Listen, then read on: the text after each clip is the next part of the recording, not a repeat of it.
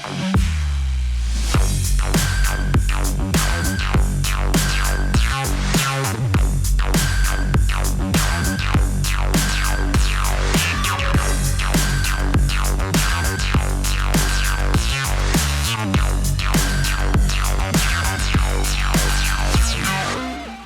and welcome, my name is Retro, and today I am going to be talking about Nezha.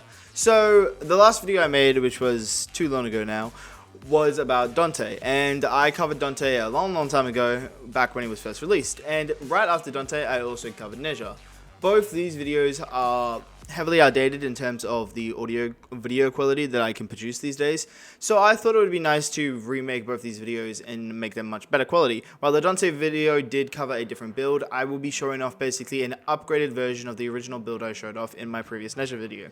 Anyway, let's get into it and talk about all the fun stuff that is going on with Nezha, obviously starting off with Nezha's kit. Okay, starting off with Nezha's passive. Nezha's passive is, in theory, quite good, but in practice, kind of annoying.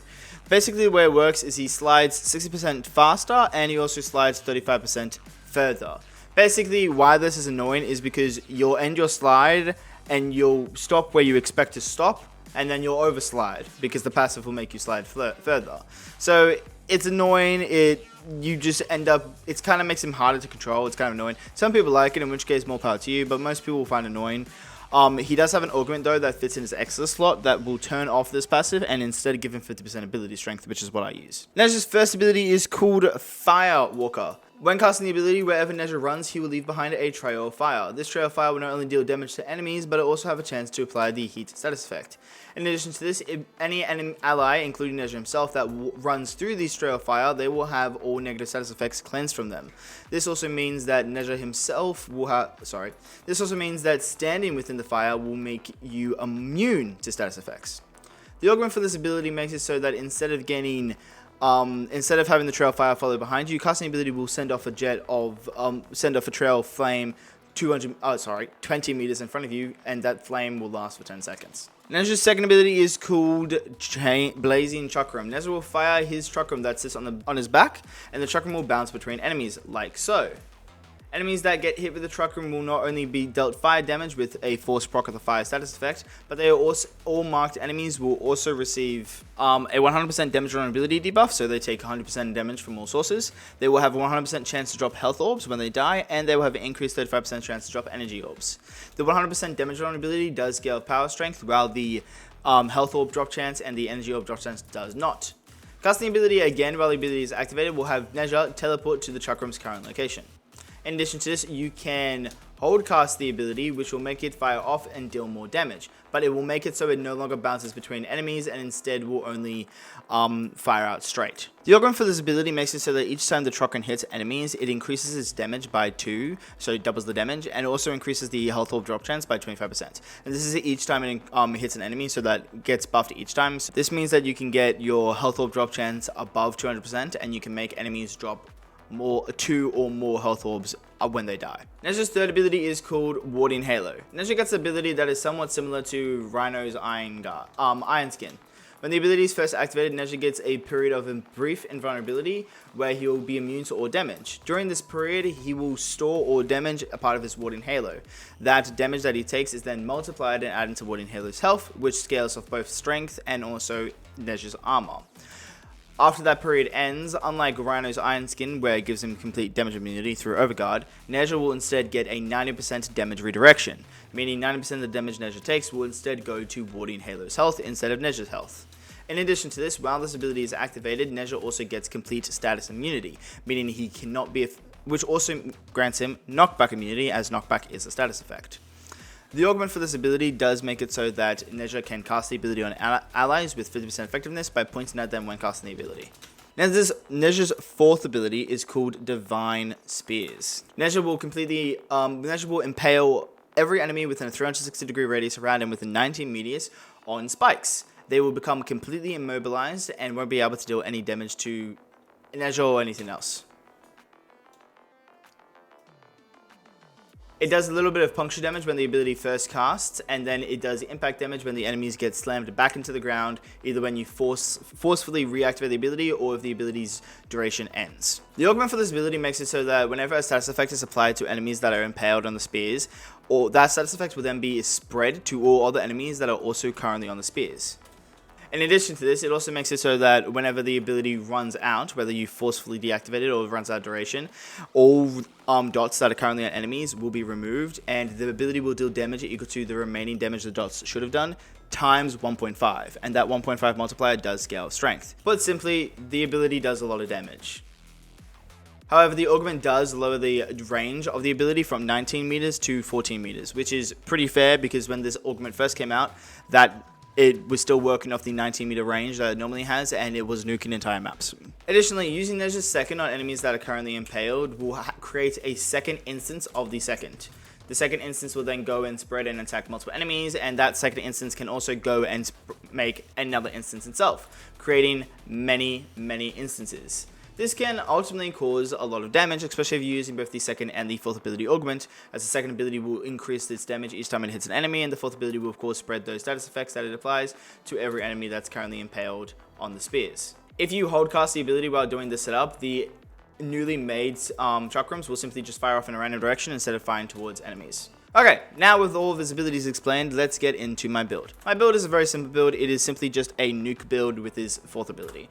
Now, you have a few options here. You can either just use a weapon to apply status effects to nuke with. A popular one is Dark Verse, but recently Temple came out. And Temple's Helminth ability is his first ability, which applies not only heat damage, but also the heat status effect to enemies, 5 enemies with these fire pillars that spawn at their feet. The reason why I went for this is not only will those heat status effects obviously spread to each enemy affected by the spear, but also I thought it was much more thematic with Nezha's kit because it does heat damage, it fits the theme, as Nezha is one of our dedicated fire Warframes instead of using something like Dark Verse, which instead does slash damage. And as you can see, it paired with the augment for the first does a lot of damage. First of all, Archon Shards. I am running two Talforged casting speed shards. Some of Nezha's abilities can feel a little bit slow and a little bit clunky to play around with, so I'd probably recommend at least one Talforged Archon Shard. I would play with him yourself and see how you feel about him and decide how many Talforged casting shards you want on him. That's up to you. I am running an energy max Archon Shard. This is just my own personal taste thing. I don't like dropping energy orbs at the start of the mission, so I like to put energy max shards on Warframe so I have enough energies to shut up my damage rotation, especially high energy frame builds like this one. So that's just my own personal taste. And then I also am running max energy Talforged shards, 2 Talforged ones to increase my max energy. This is because I couldn't fit on primed flow, so we're using these 2 Talforged max energy shards as our way of increasing our energy amount up to 375, which is still lower than I would probably like it, especially because this is a relatively high energy build, but it does work. I don't really have major energy issues or really at all thanks to my companion setup, so it's not too bad.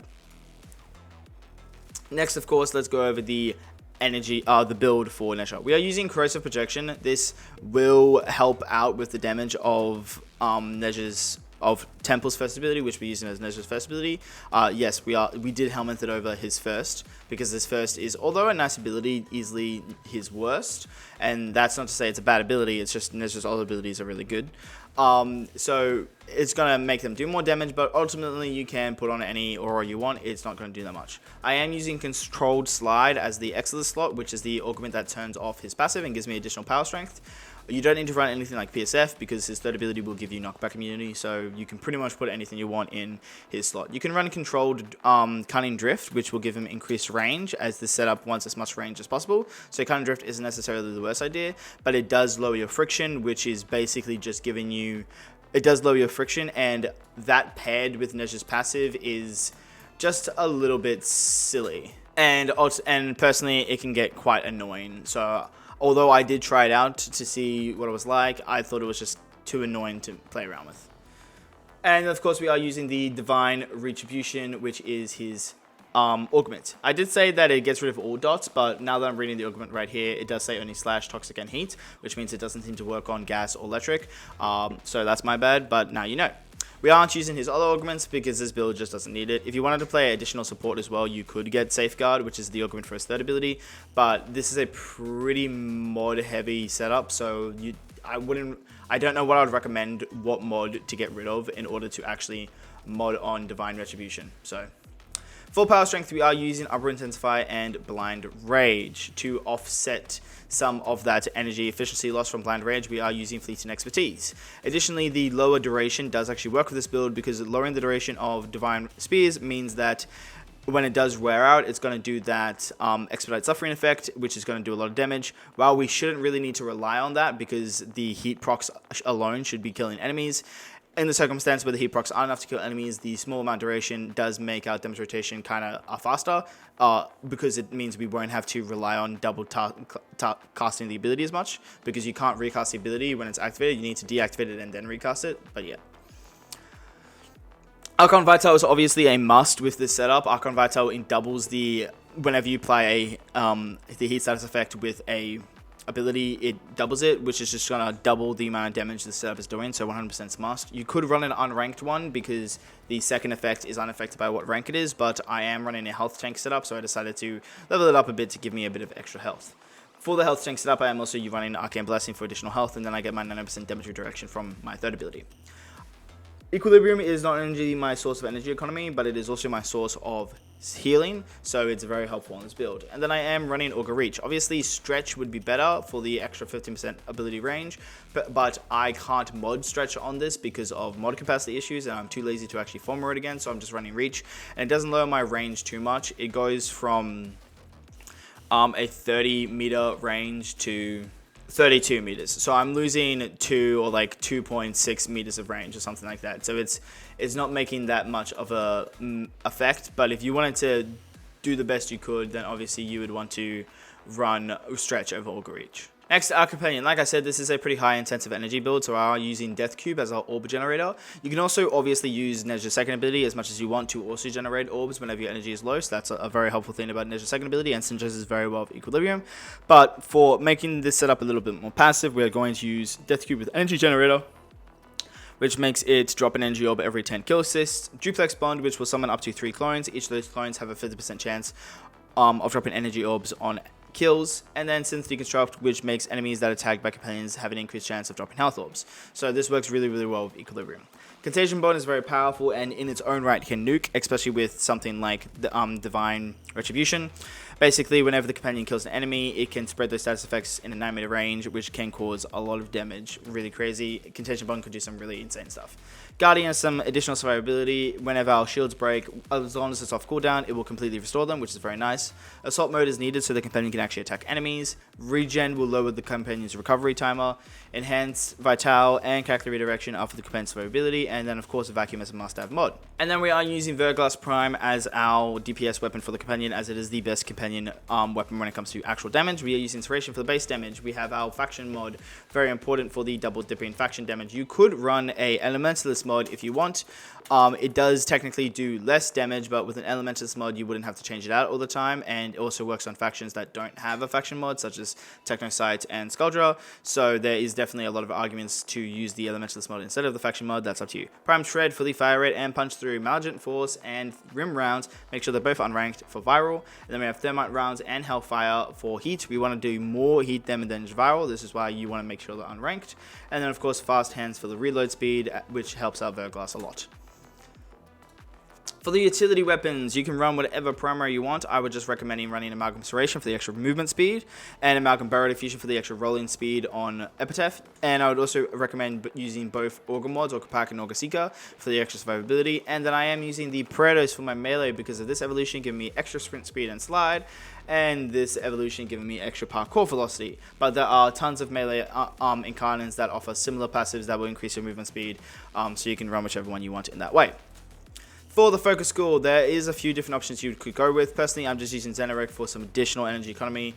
Matarai can be offered for some casting speed if you didn't want to use Archon Shards. You can also use Matarai for additional power strength, which can be very good. Yunari would be for some extra armor, which does synergize with his third ability, so there's definitely an argument for that. So you might, and also extra armor does increase his total DR, because the DR from armor will stack with the damage redirection from his third ability. So there's definitely an argument with that. And then Vazarin would be for grouping, probably really don't, or extra survivability through like protective sling and stuff like that. Probably don't really need Vazarin, but if you really wanted to use it, then it definitely serves its use as well. Anyway, that is the end of this video. I do hope you enjoyed it, and if you did, maybe consider checking out some of my other content. Maybe check out the Dante video that I've made relatively recently. And also give me a like and subscribe and leave a comment. Give me some recommendations on some videos you might like to see. I'm always happy to take recommendations. And until next time, bye-bye!